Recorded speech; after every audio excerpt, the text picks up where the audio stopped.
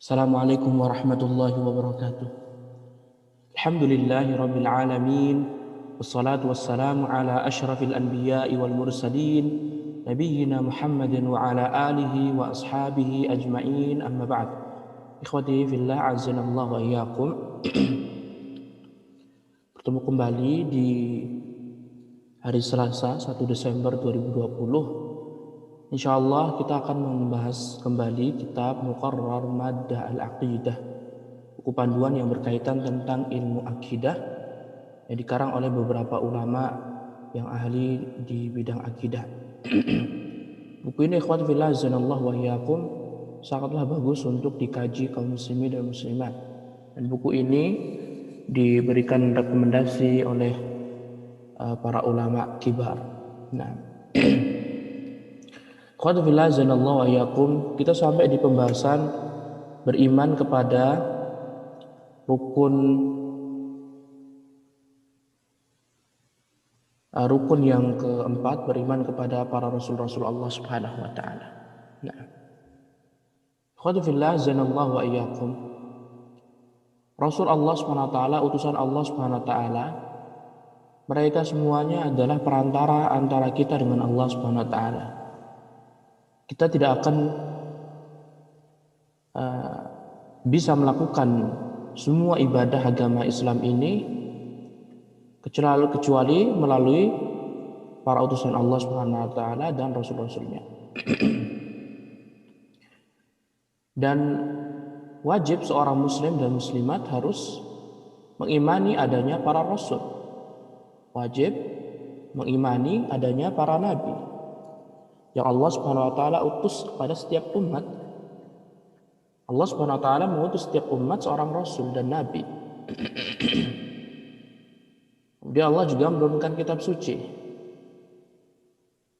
Dan rasul inilah sebagai petunjuk agar umat tersebut mendapatkan hidayah, agar mendapatkan hidayah taufik dari Allah Subhanahu wa taala.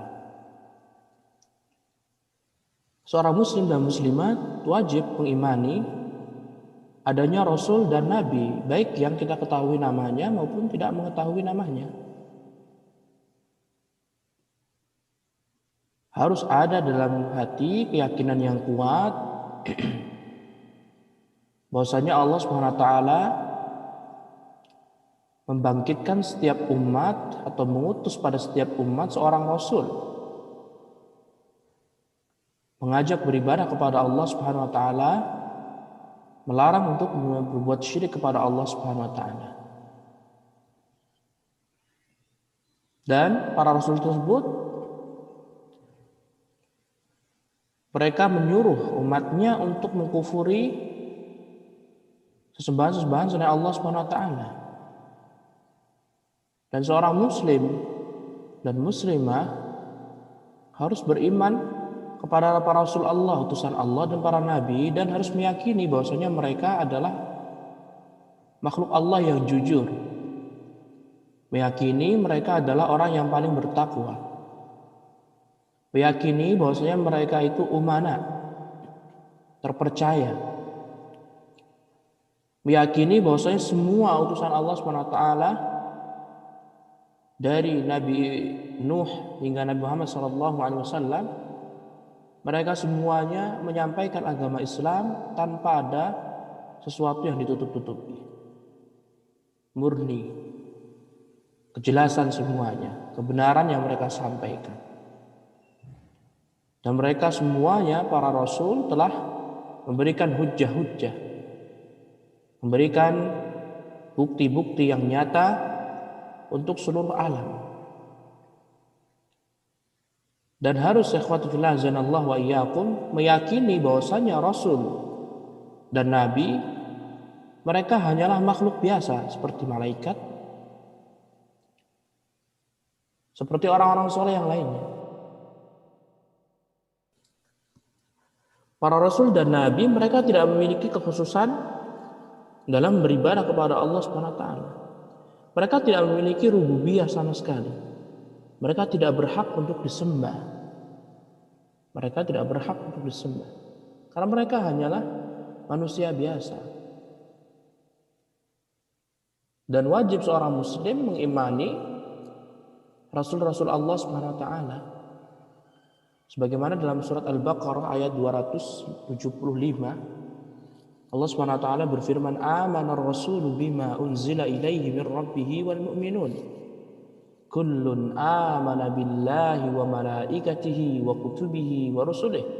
La nufarriqu baina ahadin min rusulihi." Telah beriman Rasulullah sallallahu alaihi wasallam terhadap apa yang telah Allah turunkan kepada beliau, yaitu Al-Qur'an. Begitu juga orang-orang yang beriman, para sahabat, orang-orang mukmin, mukminah, mereka mengimani apa yang telah diturunkan Allah kepada Nabi Muhammad SAW. Kemudian Allah lanjutkan, kullun amana billah, semuanya, yaitu kaum muslimin. Kullun, semuanya, amana billah, beriman kepada Allah. Kita sudah selesaikan bagaimana konsekuensi beriman kepada Allah, hal-hal yang berkaitan tentang beriman kepada Allah Subhanahu wa taala. Wa malaikatihi, dan beriman terhadap malaikat Allah Subhanahu wa taala. Kita juga telah sampaikan. Ada rukun iman yang kedua. Wa kutubihi, dan kitab-kitab Allah Subhanahu wa taala, kita juga telah sampaikan. Anda bisa buka video sebelumnya. Wa rusulihi, dan rasul-rasul Allah Subhanahu wa taala. Ini yang harus kita garis bawahi. Setiap dari kalangan mukmin, lihatlah Allah Subhanahu wa taala mengisyaratkan orang yang beriman adalah orang yang mengimani Allah, orang yang mengimani malaikat, orang yang mengimani kitab-kitab Allah, orang yang mengimani Rasul Allah Subhanahu wa taala. La nufarriqu baina ahadin mir rusulih. Kami benar-benar tidak membeda-bedakan antara Rasul Allah Subhanahu wa taala. Tidak ada sama sekali yang boleh membedakan antara para Rasul Allah Subhanahu wa taala. Tidak boleh mengunggulkan satu rasul dengan mencela rasul yang lainnya, tidak boleh. Memuji seorang rasul, mencaci maki rasul yang lainnya, tidak boleh. Semuanya satu kesatuan. Lihatlah ketika Allah Subhanahu wa taala mengatakan, "Kazzabat qaum Nuhinil mursalin." Kaumnya Nabi Nuh telah mendustakan seluruh para rasul. Padahal ikhwati fillah azanallahu wa iyyakum, dikala atau di zaman tersebut tidak ada nabi lain kecuali Nabi Nuh. Lihatlah, Allah menetapkan ketika mereka, kaumnya Nabi Nuh, mereka mendustakan satu aja rasul, yaitu Nabi Nuh alaihissalam waktu itu, maka Allah menghukumi seolah mereka itu mengkafiri semua para rasul. Karena memang para rasul, para nabi, semua satu kesatuan. Tujuan diutusnya mereka untuk menyembah Allah Subhanahu wa taala dan mengajak orang lain untuk menyembah Allah Subhanahu wa taala. Tujuan diutusnya para rasul dan nabi untuk tidak menyekutukan Allah Subhanahu wa taala dan menjauhi taghut, dan mengajak orang lain agar tidak menyembah selain Allah dan harus menjauhi taghut. Lihatlah ikhwati fillah azanallahu iyyakum. Dengan satu mengunggulkan satu rasul, mencela rasul yang lainnya, tidak boleh.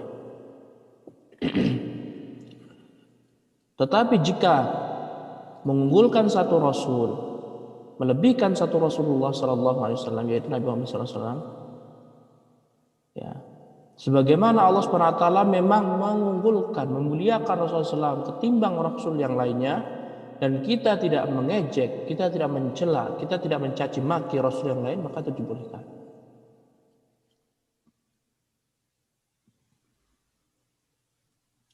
Karena memang Nabi Muhammad sallallahu alaihi wasallam, Nabi kita shalawatullahi wasallamuhu alaihi, beliau merupakan makhluk Allah Subhanahu wa taala, Allah yang paling mencintai Rasulullah SAW. Allah mengunggulkan Nabi Muhammad SAW ketimbang yang lainnya. Di saat semua para nabi meninggal dunia dan mukjizat mereka semua terhenti, Allah Subhanahu wa taala terus memberikan mukjizat pada Nabi SAW. Mukjizat Nabi tetap akan ada sampai hari kiamat. Al-Quran, mukjizat Nabi Muhammad SAW terus tetap ada sampai hari kiamat. Nah, kemudian yang berikutnya, ikhwati fillah azanallahu wa iyyakum, Allah Subhanahu wa taala berfirman dalam surah An-Nahl ayat 36. Walaqad ba'atsna fi kulli ummatin rasulan an i'budullaha wajtanibut taghut. Dan sungguh kami Allah telah mengutus setiap umat seorang rasul. Setiap umat seorang rasul. An i'budullaha, agar kalian itu menyembah Allah Subhanahu wa taala, hanya menyembah kepada Allah. Wajtanibut taghut, dan kalian harus menjauhi taghut. Nanti akan datang bahasan khusus tentang taghut, kesyirikan, sihir dan yang lainnya. Harus mengimani bahwasannya Rasul itu ada, baik yang Allah sebutkan namanya atau yang Allah tidak sebutkan namanya.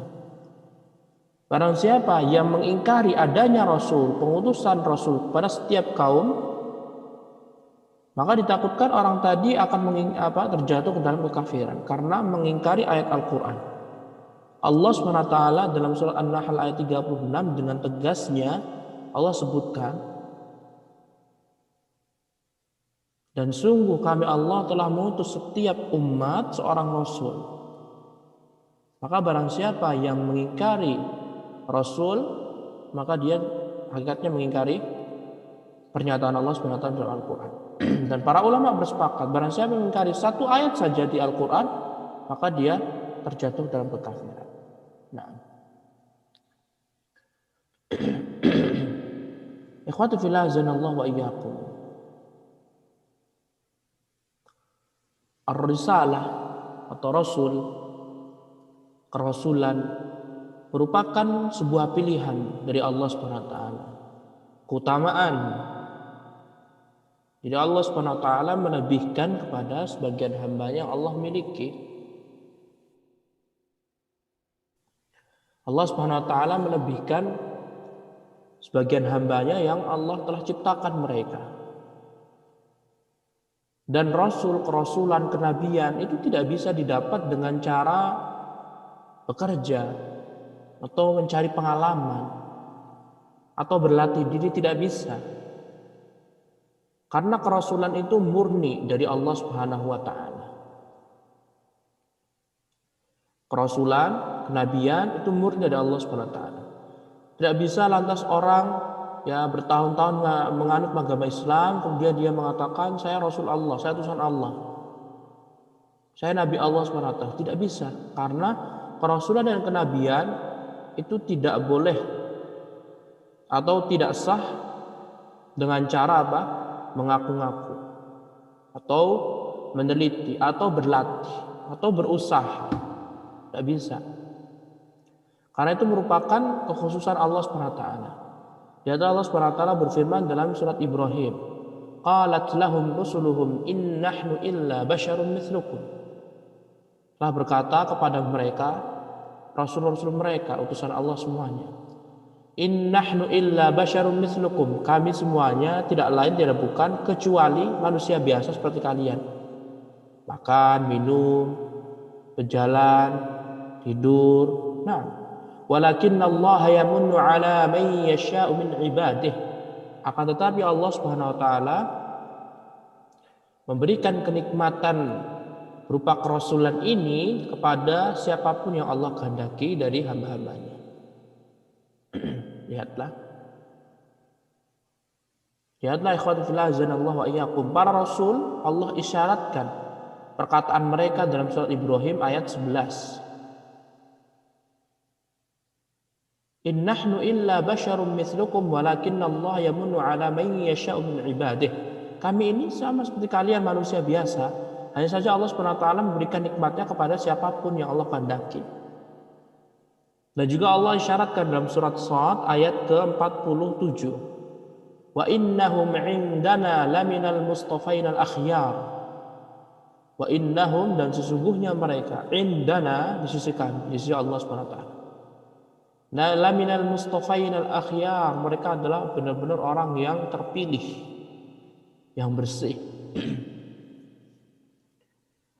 Lihatlah Allah yang mengisyaratkan, sehingga ikhwatu fillah azanallahu wa iyyakum, kerasulan, kenabian tidak bisa usahakan, tidak bisa dicari, tidak bisa didapatkan dengan cara bermeditasi dan yang lainnya, tidak bisa, karena itu semuanya hanya Allah Subhanahu wa taala yang menghendakinya.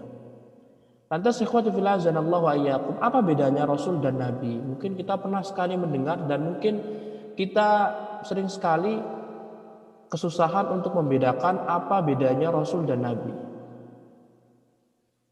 Di sini disebutkan, para ulama menyebutkan, kita ambil dulu dari Nabi. Pengertian Nabi adalah huwa insan zakar istafahullah wa auha ilaihi bi syara' wa arsalahu ila qaumin kuffar liyuballighahum risalatallah. Bisa dicatat antum ya. Yang disebut dengan Rasul, kita ambil contoh, Rasul adalah seperti ulul azmi, yang 5 orang Nabi dan Rasul yang Allah perintahkan kita untuk mencontoh keteguhan mereka. Yang pertama sesuai dengan urutan yang tertinggi Nabi Muhammad SAW, kemudian yang kedua Nabi Ibrahim alaihissalam, kemudian yang ketiga Nabi Musa alaihissalam, yang keempat Nabi Isa, dan yang kelima Nabi Nuh alaihissalam. Nah, kalau urutan sesuai dengan zamannya, berarti yang pertama adalah Nabi Nuh alaihissalam, yang kedua Nabi Ibrahim alaihissalam, yang ketiga Nabi Musa alaihissalam, yang keempat Nabi Isa alaihissalam, yang terakhir Nabi Muhammad sallallahu alaihi wasallam. 5 ini. Yang dimaksud dengan Rasul adalah dia adalah manusia, seorang manusia.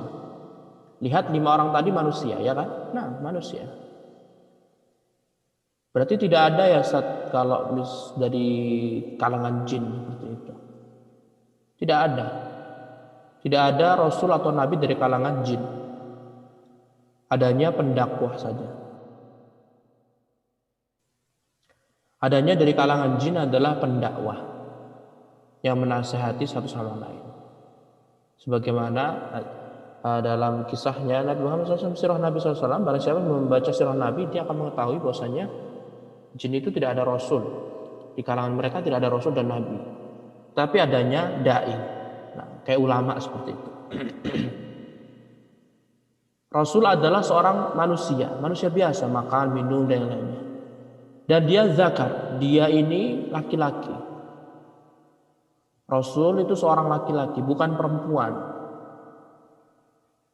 Nah, istafahullah, Allah SWT memilih dia, mengisyaratkan kerasulan itu hanya milik Allah SWT.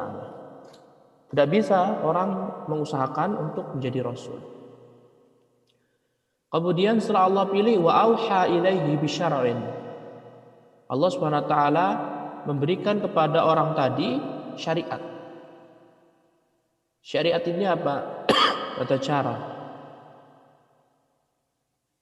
Sebagian yang lainnya mengisyaratkan dengan risalah atau syariat yang tata cara yang baru, yang berbeda dengan satu Rasul satu dengan Rasul yang lainnya. Jadi syariat kerasulan Nabi Nuh berbeda dengan Nabi Ibrahim. Nabi Ibrahim berbeda dengan Nabi Musa. Nabi Musa berbeda dengan Nabi Isa. Nabi Isa berbeda dengan Nabi Muhammad SAW. Tata caranya. Tetapi intinya sama, mentauhidkan Allah dan menjauhi kesyirikan.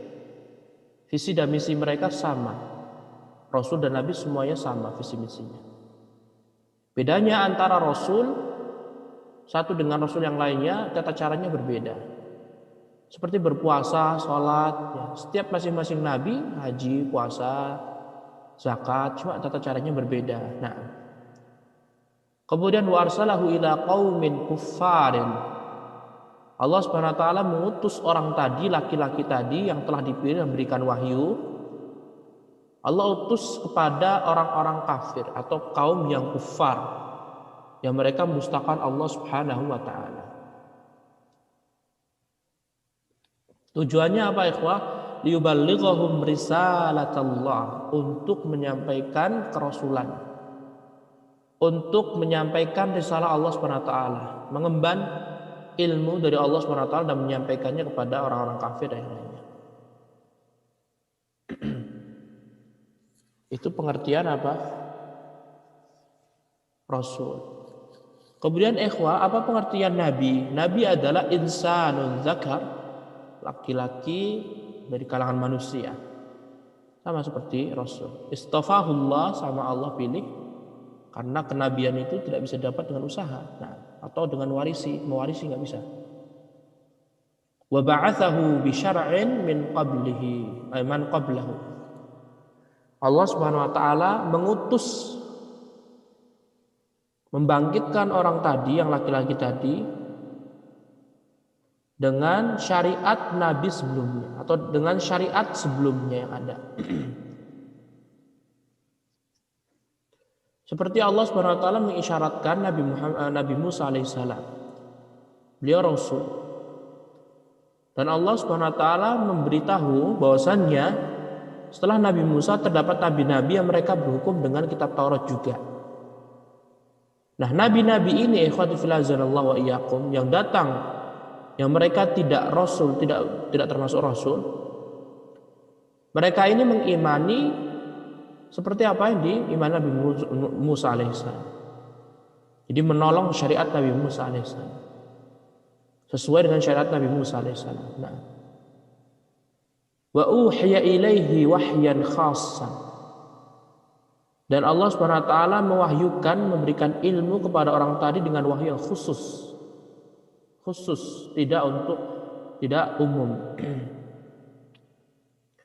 Wa arsalahu fi qaumin mu'minin. Ini yang membedakan sekali. Kalau nabi itu Allah utus kepada kaum mukmin, orang yang beriman. Kalau rasul Allah utus kepada orang-orang kafir. Sehingga kita dapatin Nabi Nuh melawan orang kafir yang menyembah berhala. Kemudian Nabi Ibrahim juga sama. Nabi Musa sama, Nabi Isa juga sama, bahkan Nabi Isa hampir dibunuh. Nabi Muhammad juga sama kepada orang-orang kafir. Adapun Nabi,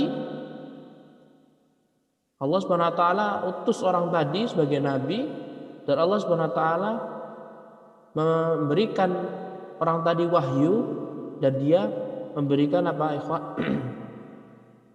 Nasihat kepada orang-orang beriman saja. Naam. Tujuannya apa ikhwah? Liyad'uwahum wa yubayyina lahum, untuk menyeru mereka orang beriman dan menjelaskan. Dan biasanya nabi itu dia mengikuti syariat rasul sebelumnya. Jadi kalau ada nabi yang datang setelah Nabi Musa, berarti nabi tersebut sesuai syariatnya Nabi Musa alaihissalam. Nah, kemudian para ulama mengatakan di sini, fahuwa kal alim allazi yu'tihi Allahu fahman wa ya'muruhu bit-tabligh wal bayan illa annahu yuha ilaihi.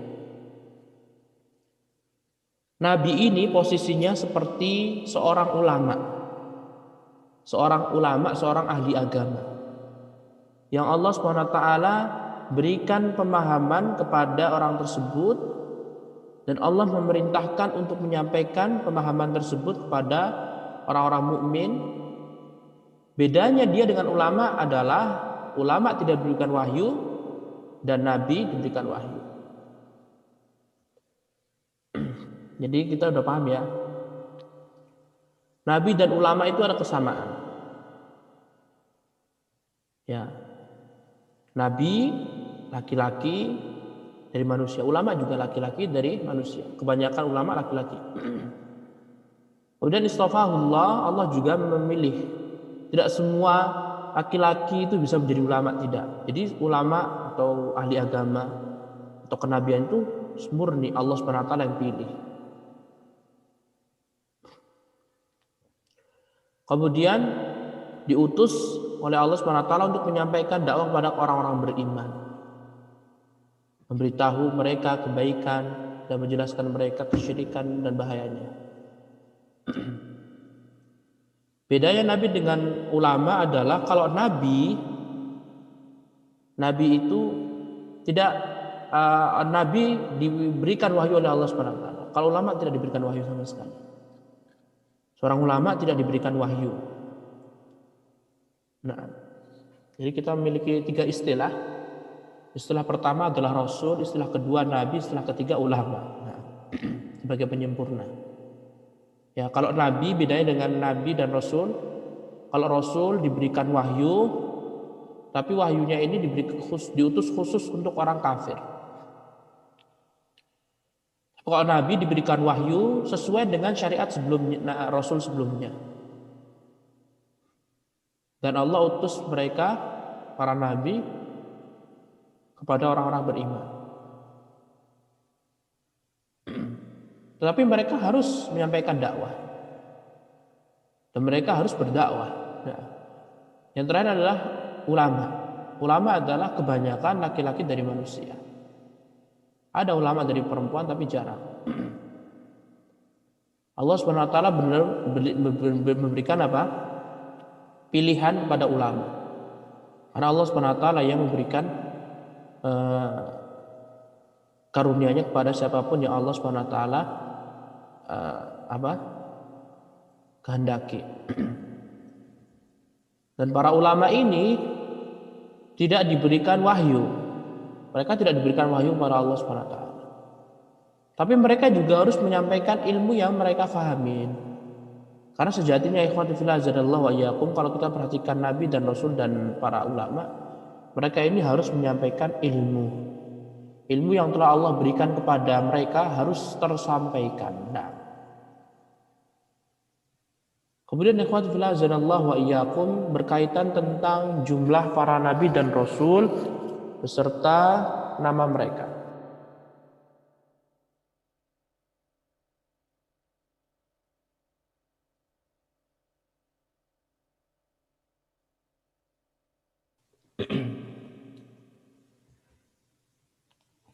Para nabi dan rasul ikhwati fillah azanallahu wa iyyakum, jumlah mereka sangatlah banyak sekali.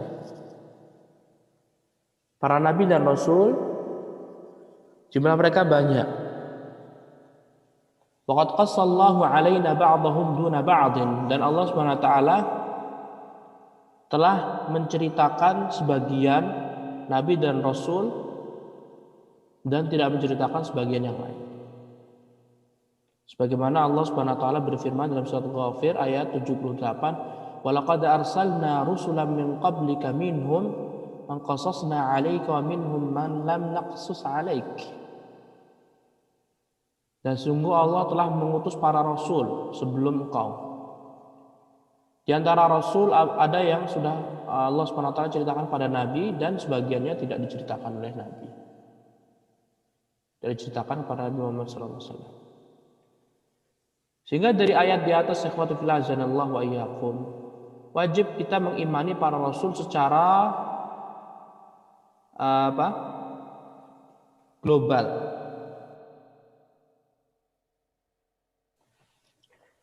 Baik rasul atau nabi yang kita mengetahui namanya, mengetahui kisah mereka beserta kaumnya, atau yang kita tidak mengetahui sama sekali.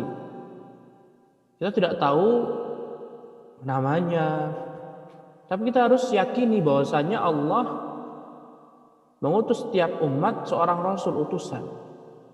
Kalau kita tidak meyakini, bisa jadi kita terjatuh dalam mengingkari satu ayat Al-Quran.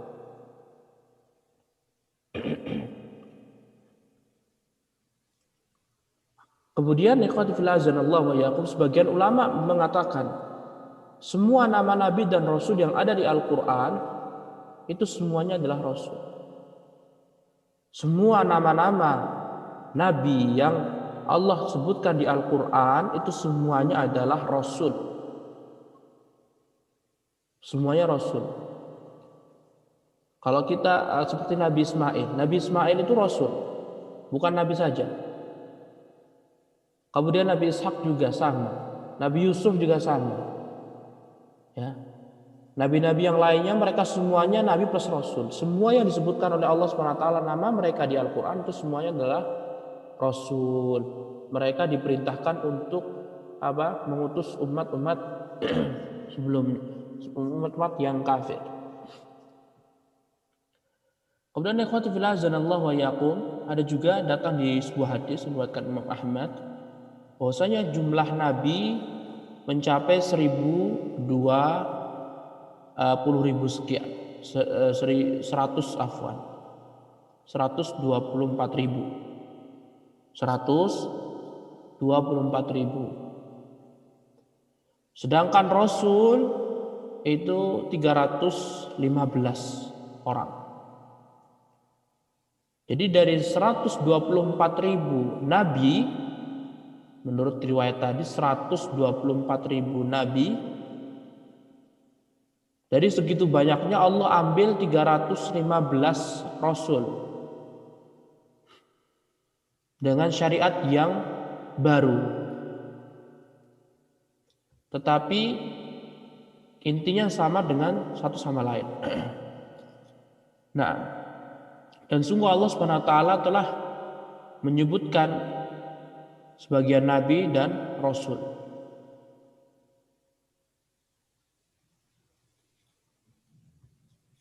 Dan di antaranya ikhwati fillah azanallahu wa iyyakum,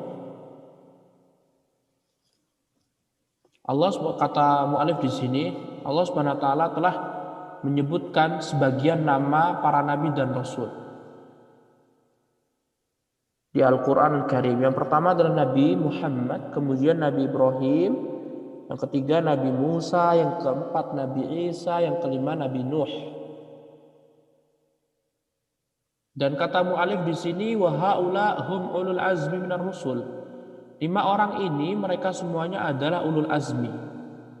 Mereka adalah hamba Allah Subhanahu wa taala yang memiliki keteguhan, kesabaran yang luar biasa. Nabi Muhammad, Nabi Ibrahim, Nabi Musa, Nabi Isa, dan Nabi Nuh. Kata mu'alif, wa hum afdhalur rusul wa tartibuhum fil afdhaliyah ka tartibil madhkur. Dan mereka 5 orang itu adalah rasul yang paling utama. Kalau kita mengambil yang pendapat tadi, jumlah rasul dan nabi, sebagaimana dalam sebuah riwayat, jumlah rasul 315, jumlah nabi 124.000. Dari 124.000 rasul nabi, Allah mengambil 315 seorang rasul. Dari 315 Allah ambil nih 5 orang. 5 orang ini adalah rasul yang paling utama. Wa tartibuhum fil afdhaliyah ka tartibihim madhkur. Yang paling utama dari 5 ini seperti yang sudah dijelaskan urutannya. Nomor 1 Nabi Muhammad, itu nomor 1. Nomor 2 Nabi Ibrahim, nomor 3 Nabi Musa, nomor 4 Nabi Isa, nomor 5 Nabi Nuh alaihissalam. Jadi ini semuanya utusan semuanya. Yang paling tinggi Nabi Muhammad kedudukannya, karena Nabi Muhammad SAW mengimami para nabi dan rasul ketika Isra Mi'raj, dan Nabi Muhammad SAW ya penghulunya. Dengan izin Allah Subhanahu wa taala, Allah Subhanahu wa taala memberikan syafaat kepada Nabi Muhammad SAW agarnya semua makhluk Allah yang ada di padang mahsyar dihakimi oleh Allah Subhanahu wa taala. Dan Nabi Muhammad SAW orang yang pertama kali minta membuka pintu surga. Kemudian kakek beliau yang bernama Nabi Ibrahim. Nabi Muhammad dan Nabi Ibrahim, mereka berdua adalah Khalil, kekasih Allah Subhanahu wa taala. Kekasih Allah Subhanahu wa taala. Nabi Ibrahim adalah bapaknya para nabi. Kemudian yang berikutnya adalah Nabi Musa alaihissalam. Nabi Musa dijuluki dengan Kalimullah, yang diajak bicara oleh Allah Subhanahu wa taala. Kemudian yang berikutnya adalah Nabi Isa. Nabi Isa yang Allah Subhanahu wa taala kuatkan dengan malaikat Jibril. Kemudian yang terakhir adalah Nabi Nuh alaihissalam, yang berdakwah 950 tahun. Nah, kemudian ikhwatu fillah azanallahu wa iyyakum. Kemudian di sini disebutkan visi inti dari pengutusan, visi dari pengutusan para rasul. Ada 3 hal. Tujuan diutusnya para rasul, kalau kita ngambil riwayat tadi berarti 315 orang rasul. Nah, yang pertama tujuan mereka adalah mentauhidkan Allah Subhanahu wa taala dan menjauhkan umat dari kesyirikan. Mengajak mentauhidkan Allah dan mengajak umat dari kesyirikan. Itu tujuan mereka yang pertama. Kemudian tujuan mereka yang kedua adalah tabsyirul muti'in wa inzarul 'asin. Memberikan kabar gembira bagi orang-orang bertakwa yang mentaati Allah dan Rasul-Nya, dan memberikan peringatan pada orang-orang bermaksiat kepada Allah dan Rasul-Nya. Memberikan kabar gembira bagi orang yang mentaati mereka berupa surga, keridhaan Allah, kecintaan Allah, dan memperingati umatnya akan bahayanya kemaksiatan kepada para Rasul dan Allah SWT. Allah akan masukkan ke dalam neraka bagi orang yang tidak mentaati Rasul, dan Allah akan murka kepada mereka. Allah SWT akan murka kepada mereka. Nah, kemudian yang berikutnya, ikhwati fillah azanallahu wa iyyakum, tafsil syara'i. Tafsil asy-syara'i. Tujuan diutusnya para rasul adalah tafsil asy-syara'i, memerinci syariat-syariat. Sehingga setiap rasul satu dengan rasul yang lainnya berbeda pensyariatannya, tata caranya berbeda. Tapi intinya mereka semuanya sama. Setiap rasul memiliki kewajiban untuk melaksanakan sholat. Lihatlah ketika disebutkan bahwasannya Isra Mi'raj, ya, Nabi Musa alaihissalam beritahu pada Nabi Muhammad SAW, umatku diberikan sholat, kewajiban sholat mereka tidak mampu, ya, 5 kali sehari. Maka minta pada Allah agar diberikan keringanan. Nabi Muhammad tidak mau, malu pada Allah SWT. Sedangkan di dalam Al-Quran Allah SWT mengisyaratkan para nabi yang datang setelah Nabi Musa, mereka mengikuti Nabi Musa. Syariat Nabi Musa mengisyaratkan Nabi dan Rasul sebelumnya mereka melaksanakan sholat, dan mereka juga melaksanakan haji, zakat. Pertama kali haji adalah Nabi Ibrahim alaihissalam. Adapun tata caranya berbeda. Bisa jadi Allah SWT menghapus sebagian syariat, tata cara tertentu, dan menetapkan atau masih menyisakan. Nah, sehingga ketika hajinya Nabi Muhammad SAW, tata cara beliau itu berbeda 100% dari tata caranya Nabi Ibrahim alaihissalam. Ada penambahan, mungkin ada pengurangan. Nah, tapi hakikatnya sama, pensyariatan haji. Nah. Kemudian yang keempat, tujuan diutusnya mereka adalah jihad kepada orang-orang kafir. Jihad kepada orang-orang kafir. Adapun di sini tertulis al-munafiqin, wallahu alam, orang tidak tahu apakah orang munafik itu sudah ada sejak zaman dahulu. Jadi sejak zamannya Nabi Ibrahim, sejak zamannya nabi-nabi yang lainnya, rasul yang lainnya, sudah ada belum orang munafik? Ana tidak tahu. Nah, wallahu a'lam. Karena yang kita perhatikan lawannya mereka ya orang-orang kafir, sudah itu aja. Imam kafir adalah orang beriman. Nah, jadi itulah ikhwati fillah azanallahu wa iyyakum, empat tujuan diutusnya para rasul. Ya, yang pertama tadi apa? Berdakwah pada tauhid dan menjauhi kesyirikan, memberi kabar gembira kepada orang yang mentaati mereka, dan memberikan peringatan bagi orang yang bermaksiat mereka, dan memperinci syariat-syariat. Yang terakhir, berjihad kepada mereka, orang-orang kafir. Dan mereka atau para nabi sebelumnya, ikhwan fillah azanallahu wa iyyakum, mereka diharamkan untuk memakan ghanimah. Adapun Nabi Muhammad SAW diperbolehkan untuk makan ghanimah. Harta rampasan perang para nabi sebelum Nabi Muhammad SAW tidak diperbolehkan. Ketika mereka menang melawan orang-orang kafir, maka harta rampasan diletakkan di tempat yang lapang, kemudian mereka menyaksikan Allah SWT menurunkan api dari langit dan membakar, hangus. Khusus Nabi Muhammad SAW dan umat Islam diberikan atau dihalalkan untuk mengambil ghanimah perang. Nah, kemudian ikhwati fillah azanallahu wa iyyakum, pembahasan yang berikutnya berkenaan tentang kewajiban kita terhadap Rasul-Rasul Allah Subhanahu wa taala.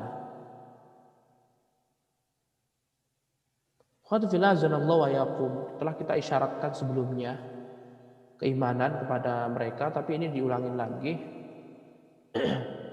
Kata para ulama di sini yang pertama, membenarkan mereka.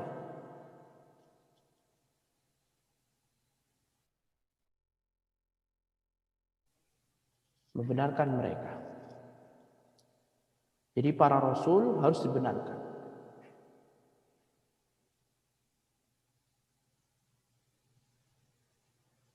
Tidak boleh mendustakan mereka.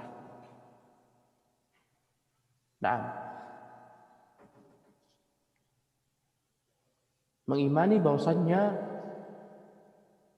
risalah mereka adalah risalah yang benar dari Allah Subhanahu wa taala. Barang siapa yang mengkufuri risalah salah satu di antara mereka atau mendustakan salah satu di antara mereka atau mengurangi, mencela kedudukan mereka salah satu saja, faqad kafar, maka orang tersebut dia telah berbuat kufur. Maka kita boleh melebihkan Nabi SAW, tetapi tidak boleh merendahkan derajat Nabi dan Rasul yang lainnya. Tidak boleh. Lihatlah, Allah SWT mengisyaratkan kaumnya Nabi Nuh, mereka telah mendustakan seluruh para Rasul. Padahal mereka hanya bertemu dengan Nabi Nuh saja. Allah katakan kadzabat qaum Nuhin al-mursalin. Kaumnya Nabi Nuh telah mendustakan seluruh para rasul. Allah SWT menjadikan kaumnya Nabi Nuh mendustakan seluruh para rasul.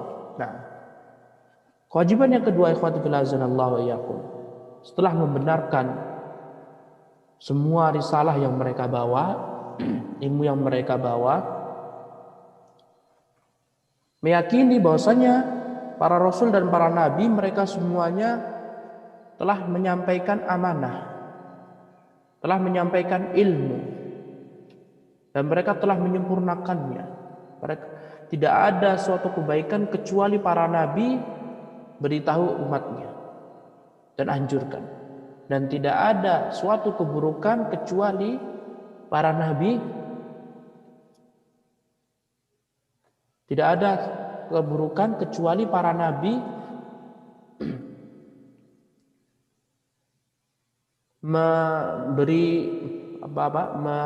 menjauhkan umatnya darinya dan memerintahkan agar mereka tidak sampai terjatuh, jangan sampai terjatuh ke dalam keburukan tersebut.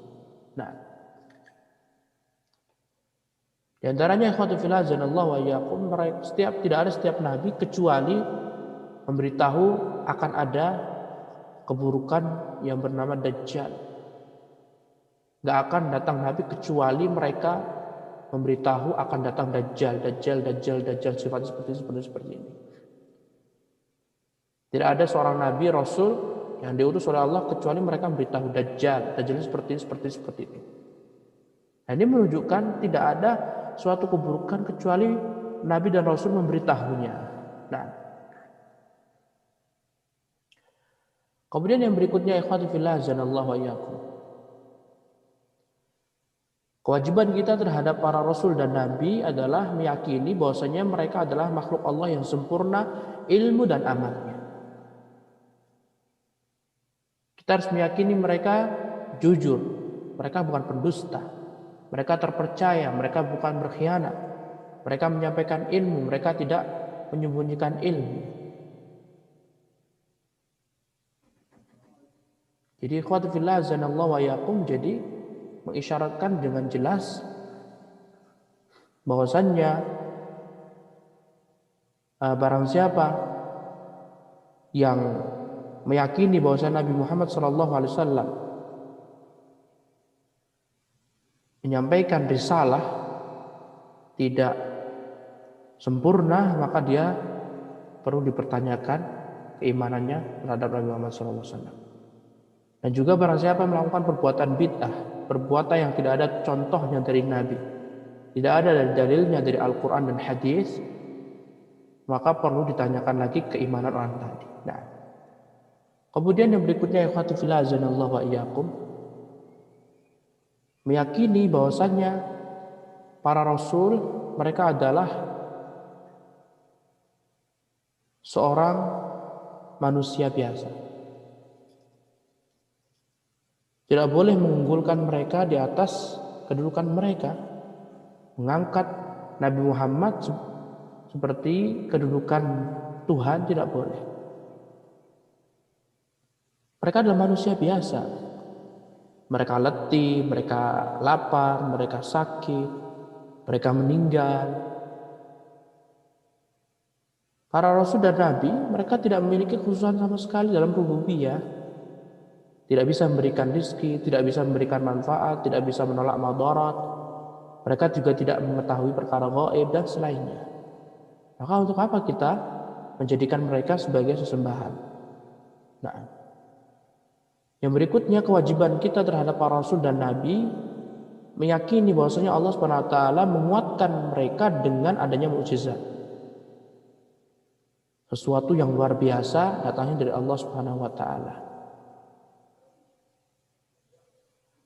Kemudian juga kewajiban kita pada mereka adalah meyakini bahwasanya mereka mengajak manusia ke dalam mentauhidkan dengan ketauhidan yang murni. Mereka mengisyaratkan dan mereka juga tidak membolehkan adanya kesyirikan. Dan meyakini bahwasanya setiap nabi dan rasul mereka menjelaskan manusia syariat-syariat Allah SWT. Dan memberitahu juga setiap umat yang diberikan syariat, maka kewajiban mereka untuk mengamalkan syariat rasul tersebut. Tidak boleh membangkang. Nah, Allah Ta'ala a'lam, wabillahi taufiq. Wassallallahu ala nabiyyina Muhammad wa ala alihi wa sahbihi wa sallama tasliman katsira.